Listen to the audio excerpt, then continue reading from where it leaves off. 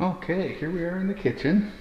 We've got a shut off for the garbage disposal. Another shut off for the light overhead. So now we plug the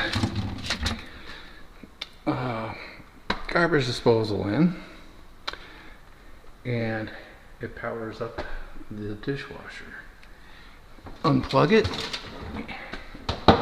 and it kills the power to the dishwasher.